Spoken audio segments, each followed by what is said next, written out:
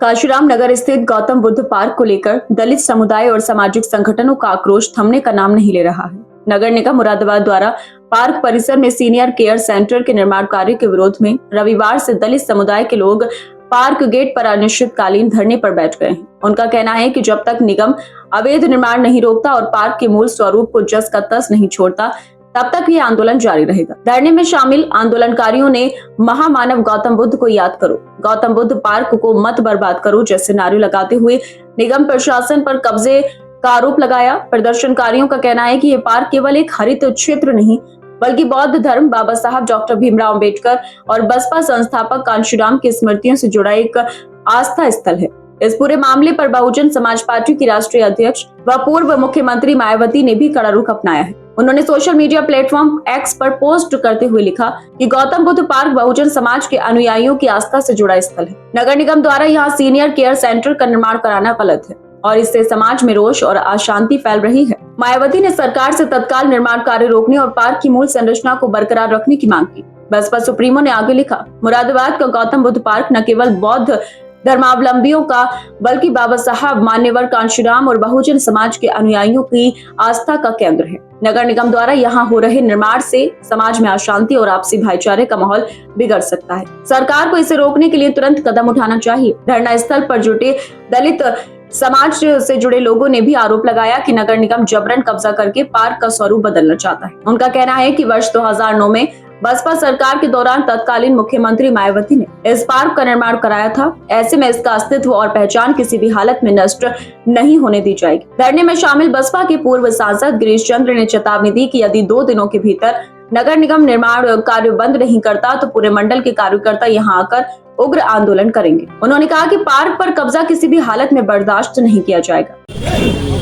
आदरणीय बहुजन समाज पार्टी के राष्ट्रीय अध्यक्ष आदरणीय बहन जी के निर्देश पर ये बहुजन समाज पार्टी का प्रतिनिधि मंडल जिसमें हमारे साथ पर चलकर आए, तो मुरादाबाद मंडल के साथ साथ उत्तराखंड के प्रभारी भाई जाफर मलिक साहब, सम्मानित हमारे मुख्य सेक्टर प्रभारी भाई डॉक्टर रणविजय सिंह जी, हमारे दूसरे मुख्य सेक्टर प्रभारी भाई कुमार टिंकू जी, जिले के जिलाध्यक्ष सम्मानित भाई निर्मल सागर साहब, सम्मानित जिले के प्रभारी भाई सुनील आजाद जी, सम्मानित हमारे शिव शेखर जी और हमारे मुरादाबाद मंडल के ही सीनियर साथी भाई गजेंद्र सिंह जी और सम्मानित सभी बहुजन समाज पार्टी के सम्मानित साथी आज यहाँ पर हम जो लोग उपस्थित हुए हैं, ये परम पूज्य बाबा साहब अम्बेडकर साहब के विचारधारा के ऊपर आदरणीय बहन कुमारी मैत्री सरकार जो उत्तर प्रदेश में 2007 में बनी, तो इस क्षेत्र का विकास कराने का काम किया। मानव श्री काशीराम साहब के नाम से इस क्षेत्र की जमीन को उपकार करके उन गरीबों को रहन बसेरा भी देने का काम किया, फिर में उनको आवाज देने का काम किया और ये पार्क भी उन्हीं के लोगों के लिए छोड़वाकर एक सौंदर्यकरण, एक पार्क बनाने का काम तथागत गौतम बुद्ध जी के नाम से कराने का काम किया गया। आज हमें मालूम हुआ कि यहाँ पर नगर निगम अवैध निर्माण के रूप में इस पर कब्जा करना चाहता है। आदरणीय बहन जी ने ट्वीट के माध्यम से सरकार को बता दिया है कि अवैध निर्माण रोका जाए। आज हम लोग भी उसी अवैध निर्माण के विरोध में जो यहाँ पर अम्बेडकर हमारे तथागत गौतम बुद्ध जी के पार्क में चल रहा है, उसी के विरोध में हम तो हमारा धरना प्रदर्शन चल रहा है। भाई हमारे चंद्र सिंह रैदास जी के पूरी टीम के साथ साथ जो धरना प्रदर्शन चल रहा है, उन्हीं को समर्थन देने के लिए आज बहुजन समाज पार्टी की पूरी टीम यहाँ पर इकट्ठा हुई है। और मैं प्रशासन से कहना चाहता हूँ कि अपना इन्हें वापस ले, अगर इन्हें वापस नहीं लिया जाएगा तो बहन जी का जो अग्रिम निर्देश होगा उसका पालन करते हुए बहुजन समाज पार्टी फिर मैदान मारने का काम करेगी। क्या निर्माण करने का काम कार्यक्रम चल रहा है इस समय? तो ये कार्यक्रम रुकेगा तो आगे क्या निर्णय लिया जाएगा? अगर नहीं रुकेगा, मैंने बताया नहीं, आदरणीय बहन जी के निर्देश के बाद जो अगला कदम होगा उसको हम उठाने का काम करेंगे। यहाँ जो निर्माण कार्य चल रहा है वो किस मामले में चल रहा है, क्या बना रहा है यहाँ पर? सीनियर सिटीजन जो हमारे सीनियर केयर सेंटर बनाने का हम यहाँ पर कर रहे हैं। बहुत जगह पड़ी है नगर निगम के पास, जहाँ दलितों की दुकान होगी वहाँ तोड़ेंगे, जहाँ उनके महापुरुषों के क्या नाम पार्क होंगे उन पर अवैध कब्जा करेंगे। ये नियत इनकी बताती है ये सरकार, और ये जो उसके हमारे जो सरकारी तंत्र है ये बहुजन समाज के खिलाफ है। आपकी मांगे पूरी नहीं हुई। धरना स्थल पर बसपा मंडल कोऑर्डिनेटर रणविजय सिंह, जिला अध्यक्ष निर्मल सिंह सागर, चंदन वेदास, भयंकर सिंह बौद्ध, महावीर प्रसाद मौर्य और परमाल सिंह एडवोकेट सहित बड़ी संख्या में कार्यकर्ता और समाज सेवी मौजूद। गौरतलब है कि नगर निगम मुरादाबाद की ओर से इस पार्क में सीनियर केयर सेंटर बनाने की योजना है।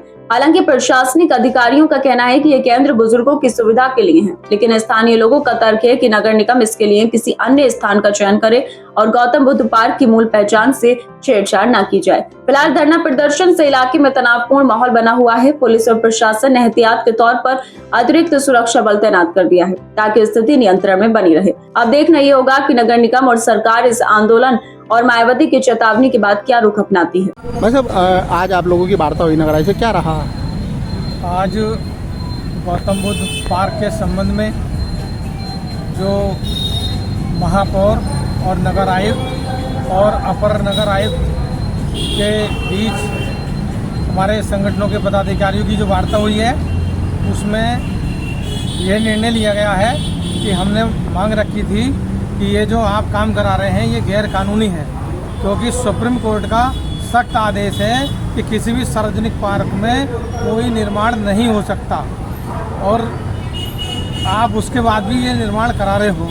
तो उन्होंने ये कहा कि ये शासन के आदेश से बनना है।